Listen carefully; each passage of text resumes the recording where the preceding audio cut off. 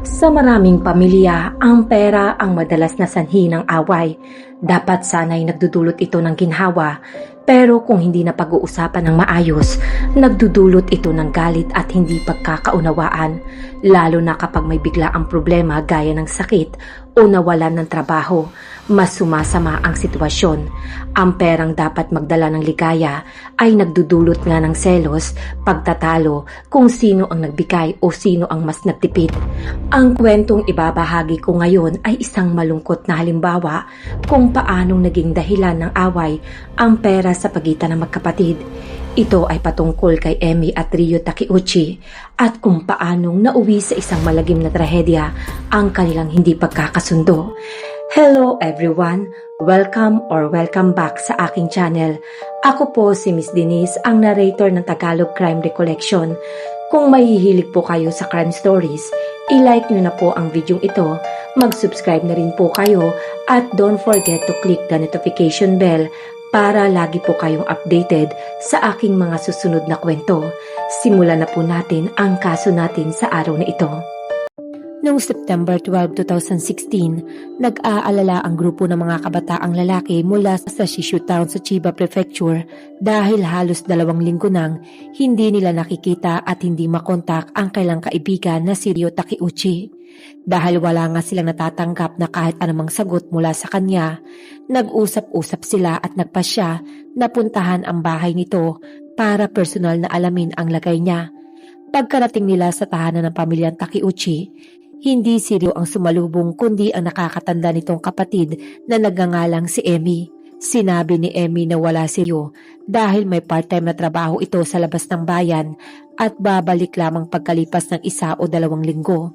Ngunit hindi naman kumbinsido ang mga kabataan sa sinabi ni Emi dahil nakita nila ang kotse na laging dala ni Ryo na nakaparada pa rin sa bakuran at alam nilang hindi ugali ng kaibigan na umalis ng matagal nang hindi dala ang kanyang sasakyan. Isa pa, kilala rin si Ryo na aktibo sa kanyang social media lalo na sa Twitter kung saan madalas niyang ibinabahagi ang araw-araw niyang ginagawa. Kaya't nakapagtataka na 2 linggo na siyang walang kahit anumang post at walang sino mang nakakaalam na may balak pala siyang magtrabaho sa malayong lugar. Mas lalo naman sila nagduda nang tanungin nila si Emi kung saang lungsod nagtatrabaho si Ryo o kung anong kumpanya ang tumanggap sa kanya. Pero hindi ito masagot ng dalaga. Dahil nga dito nagtanong ang mga binata kung pwede ba nilang silipin ang kwarto ng kaibigan. Umaasa nga silang makakakita ng impormasyon tungkol sa trabaho nito. Pero tumanggi si Emi at sinabihan silang umalis at mabilis na isinara ang pintuan. Hindi nga mapakali ang grupo dahil sa nakita nila at narinig. Kaya't agad na nga silang dumiretso sa istasyon ng pulisya para magsampa ng ulat na nawawalang tao. Ibinahagi rin nila sa pulisya ang matagal nang hindi pagkakasundo ng magkapatid at ang madalas na pag-aaway ng dalawa na lalong ang nagpatibay sa hinala nilang baka may masama na nangyari sa kanilang kaibigan. Agad namang tumugon ang pulisya at nagpadala ng mga tauhan papunta sa bahay ng pamilya upang alamin ang tunay na lagay ni Ryo at kung totoo ba ang sinasabi ni Emi. Pagdating ng mga pulis sa bahay, sinalubong sila ni Emi na may parehong paliwanag na ibinigay niya sa mga kaibigan ni Ryo. Subalit nang humiling ang pulis na masuri ang kwarto ni Ryo upang makumpirma ang kalagayan nito, tumanggi si Emi at hindi sila pinayagang pumasok. Dahil sa ginawang iyon ni Emi, nagdulot ito na mas matinding pagdududa. Agad na ngang tumawag ang isa sa mga pulis sa istasyon upang humingi ng search warrant. Nang maibigay ang formal na pahintulot, wala na ngang nagawa si Emi kundi payagan ang pulisya na makapasok. Pagbukas pa lamang nga ng pinto, agad na nga nilang naamoy ang isang napakatapang at hindi pangkaraniwang na amoy. Habang iniikot nila ang bawat sulok, tumambad sa kanila ang nakakagulat na tagpo. Sa isang basurahan, may nakita silang ilang piraso ng balat ng tao na nakabalot at itinago. Pagdating naman sa banyo at drainage, napansin nilang barado ito ng namuong dugo at tila malalambot na bahagi ng laman.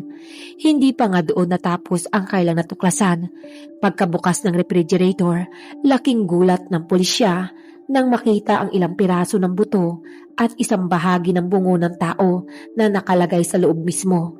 Dahil sa bigat ng mga ebidensyang nakita, agad nilang inaresto si Emmy at dinala sa istasyon ng pulisya para isailalim sa investigasyon. Sa puntong ito, napatanong ang lahat kung ang babaeng ito ang pumatay sa kanyang sariling kapatid at kung oo, bakit niya nagawa ang ganong karahas na krimen. Bago natin ipagpatuloy, mahalagang alamin muna natin ang background ng pamilyang Takeuchi. Ito ay binubuo ng 6 na miyembro. Ang kailang ama at ina, si Emmy bilang panganay na ipinanganak noong 1991, ang pangalawang anak na babae na ipinanganak noong 1993, si Ryo na ipinanganak noong taong 1995 at tanging anak na lalaki, at ang bunsong kapatid na babae na ipinanganak naman noong taong 1998. Lumaki si Emmy bilang masipag, matalino at aktibo sa eskwela. Isa siya sa kilalang estudyante na hindi lang mahusay sa pag-aaral, kundi mahusay din sa sports. Ngunit nang nasa high school pa lamang si Emmy, nawalan na ng trabaho ang kailang ama dahil nagkasakit ito.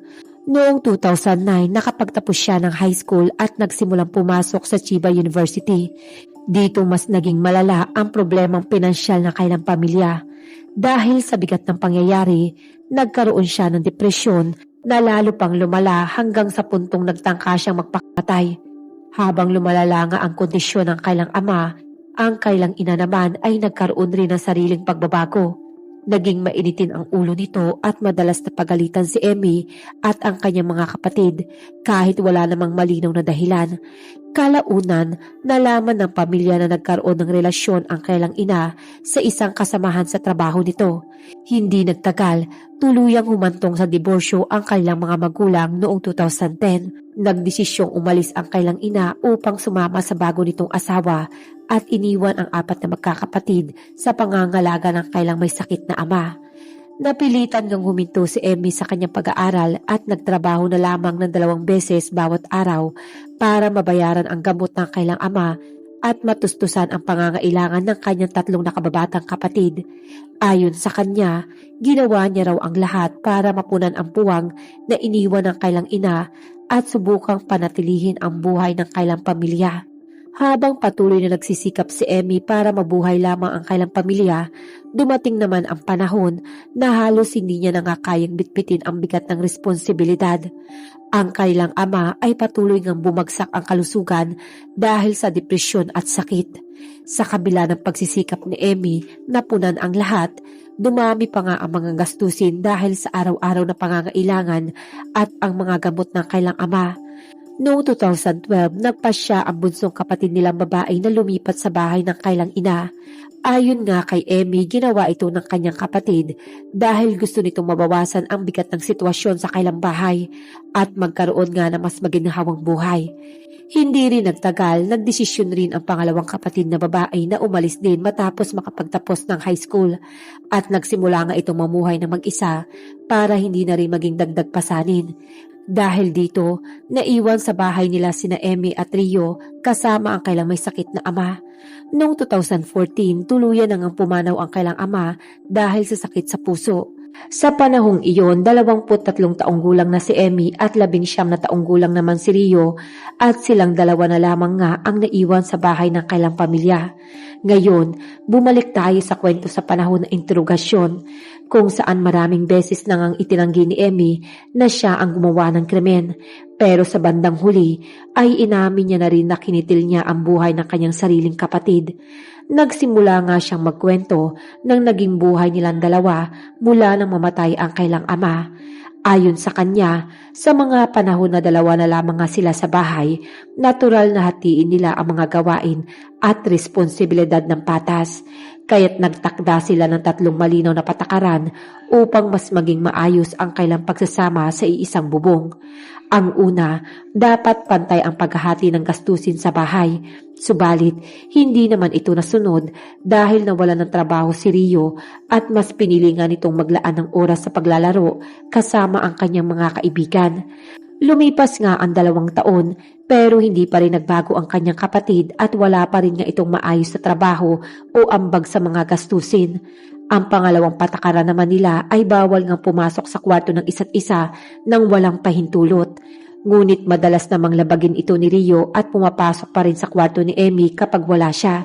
May mga pagkakataon pa raw na nagalit na nga si Emmy dahil nagpost si Rio ng selfie sa Twitter na ang background ay ang mismong kwarto niya. Ang ikatlong patakaran naman ay bawal ngang magdala ng mga kaibigan sa bahay nang hindi nagpapaalam. Ngunit ayon nga kay Emmy, paulit-ulit din itong nilabag ni Rio at madalas niyang pinapapasok ang kanyang mga kaibigan. Naglalaro sila ng online games at nag-iingay buong gabi na nagpapahirap kay Emmy na makapagpahinga matapos ang trabaho. Ayon nga kay Emmy, ang kanyang kapatid na si Rio ay irresponsable na palaging inuuna ang gusto niya at hindi man lamang iniisip ang bigat ng kailang sitwasyon. Sa puntong iyon, nakabuo naman ang pulisya ng isang malinaw na motibo sa kasong ito. Pero nagbago ang lahat nang magbigay din ng salaysay ang mga kaibigan ni Rio na kabaligtaran naman ang sinabi ni Emmy. Ayon nga sa kanila, madalas na maglabas ng sama ng loob si Rio tungkol sa kailang bahay at sa paraan nga na pakikitungo ng kapatid na si Emmy. Ikinuwento nga raw ni Rio tapos pumanaw ang kailang ama. Nakatanggap sila ng insurance payout na 1.5 million yen na dapat ay paghahatian nilang apat na magkakapatid. Ngunit si Emmy lamang ang may hawak ng lahat ng pera at hindi ito pantay na ibinigay sa kanila. Ginamit nga raw ni Emmy ang malaking bahagi ng pera para sa kanyang sarili, tulad ng pag-enroll sa ballet, pagbili ng set ng drums at pagkakaroon ng maraming pares ng sapatos na binili ng sabay-sabay. Dahil nga dito, tumanggi si Ray na mag-ambag ng gastusin sa bahay nila dahil para sa kanya, sapat na ang pera galing sa insurance para tustusan ang mga bayarin nila sa matagal na panahon. Bukod dito, ipinaliwanag naman ng mga kaibigan na hindi totoo na tamad at walang ginagawa si Rio. Nag-freelance daw ito at kahit hindi nga regular ang kanyang trabaho, malaki ang kinikita nito dahil sa komisyon. Sapat umano ang kinikita ni Rio para sa kanyang mga personal na pangangailangan at nakabili pa nga daw ito ng sarili niyang sasakyan sa murang edad. Ayon rin sa kanila, pumapasok lang si Rio sa kwarto ni Emmy hindi upang manira kundi para tingnan ang mga bago nitong binili, lalo na kapag nagugulat siya sa dami ng kagamitan ng kapatid. Tungkol sa selfie na ipinost ni Rio sa Twitter na may background na kwarto ni Emmy, sinabi ng mga kaibigan niya na ito ay ginawa ng binata upang ipakita ang ebidensya na bumili si Emmy ng 11 pares ng sapatos ng sabay-sabay.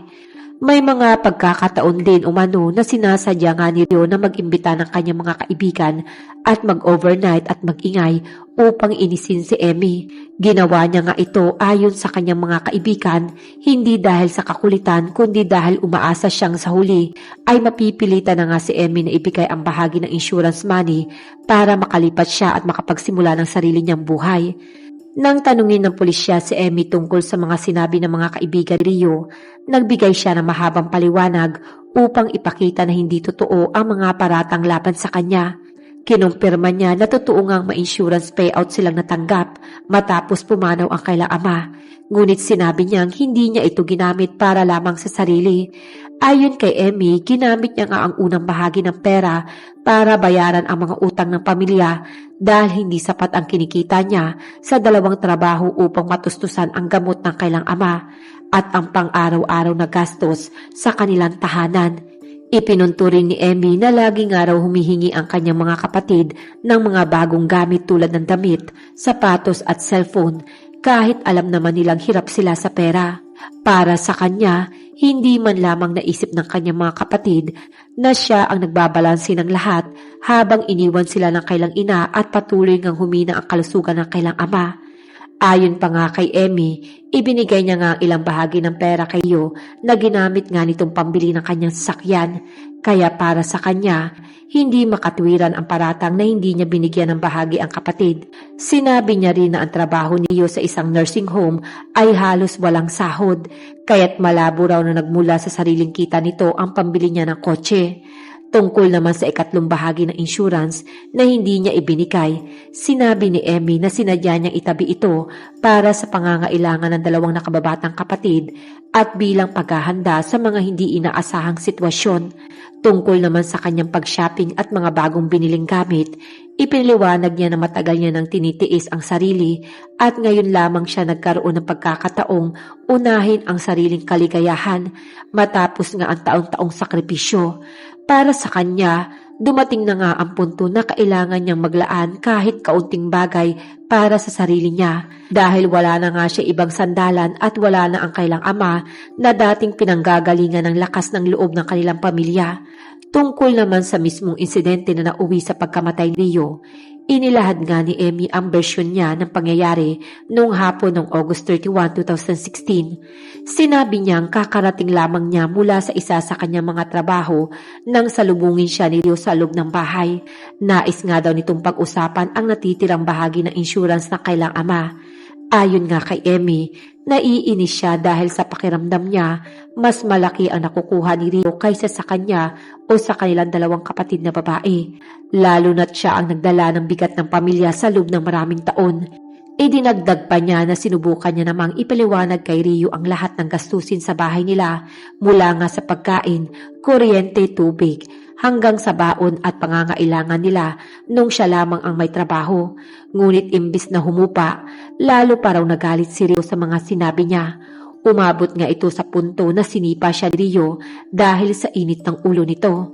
Doon na nga raw nagbago ang takbo ng kailang usapan. Ayon kay Emmy, naglabas raw si Rio ng kutsilyo mula sa ilalim ng damit at nagbanta na sasaktan siya kung hindi niya ibibigay ang perang hinihingi nito. Dahil nga sa takot at pakiramdam na nanganganib ang buhay niya, mabilis siyang tumakbo papunta sa kusina at kumuha nga rin ng kutsilyo bilang pagtatanggol sa kanyang sarili. Nang makita ni Rio ang ginawa niya, kinutya pa nga raw siya nito at sinabihang hindi raw magkakaroon ng lakas ng loob si Emmy na lumaban.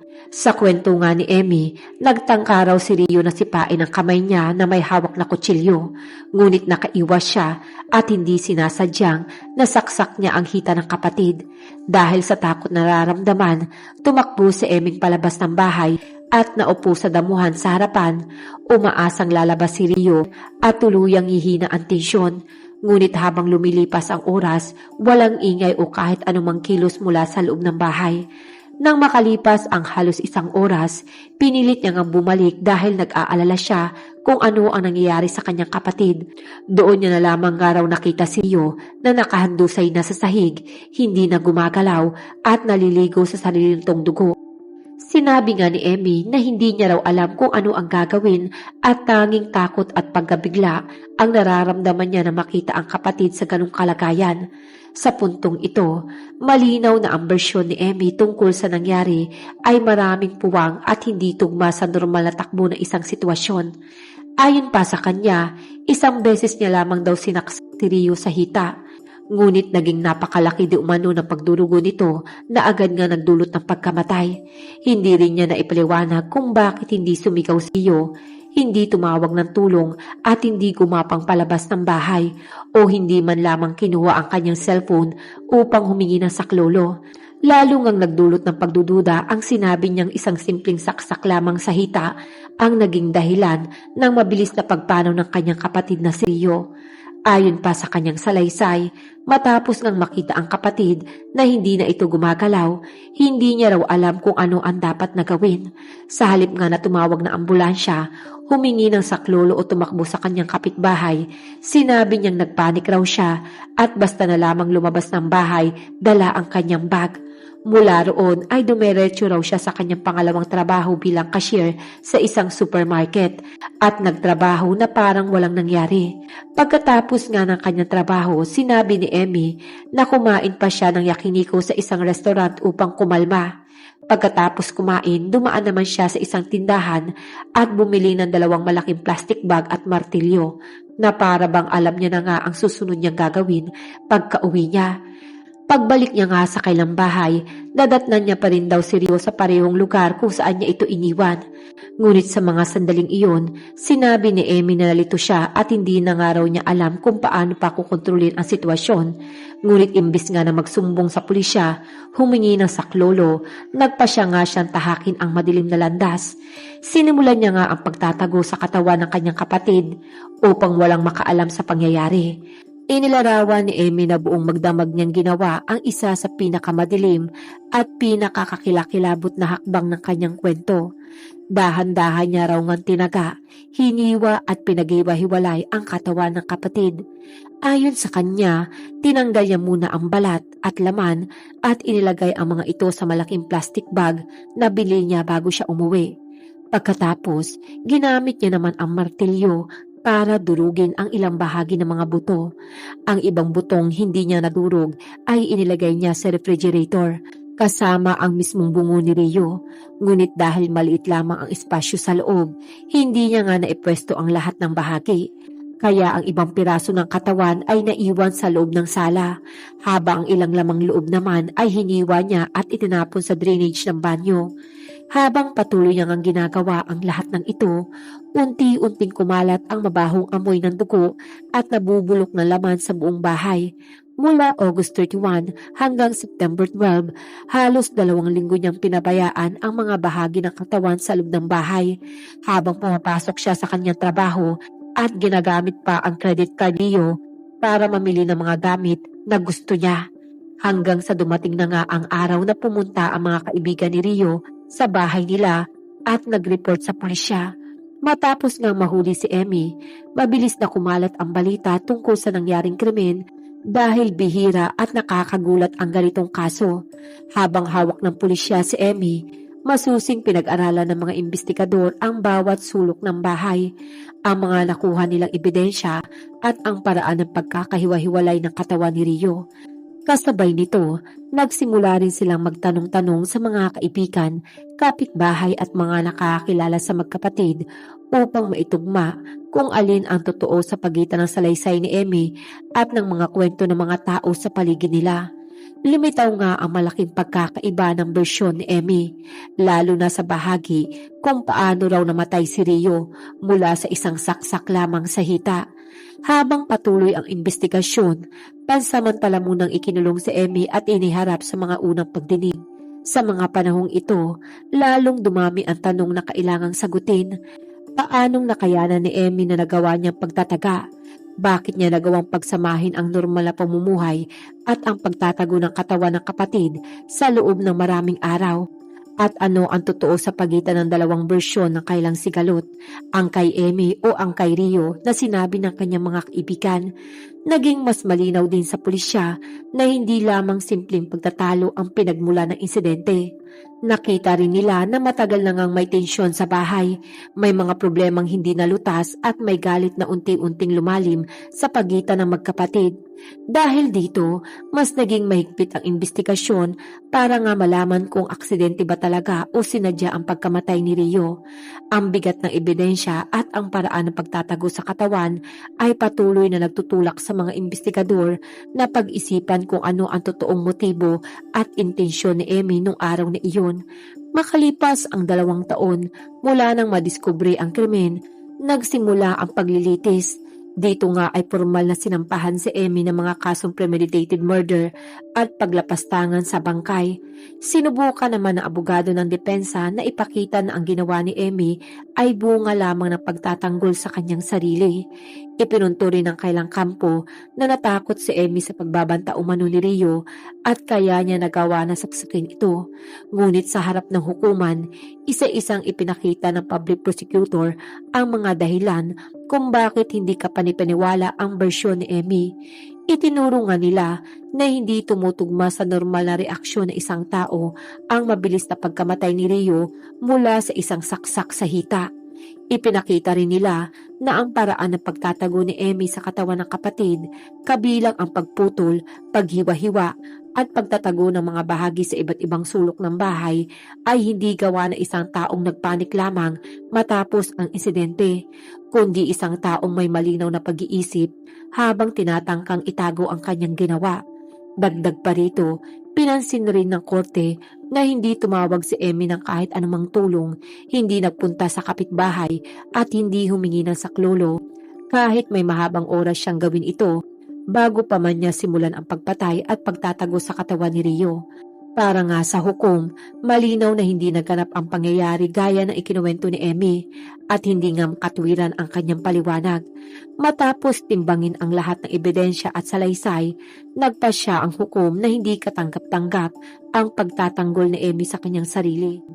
Noong pagsapit ng March 5, 2018, hinatulan nga siya ng 18 years na pagkakakulong dahil sa pagpatay at paglapastangan sa bangkay ng sarili niyang kapatid.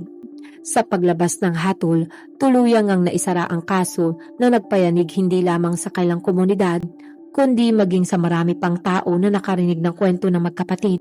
Kung kayo ang tatanungin sa lahat ng sinabi ni Emmy sa mga paliwanag niya, sa mga luha niyang hindi natin nakita, at sa bersyon niya ng katotohanan, sa palagay ninyo, alin doon ang totoo at alin ang dapat niyang ginawa para mailigtas ang sarili?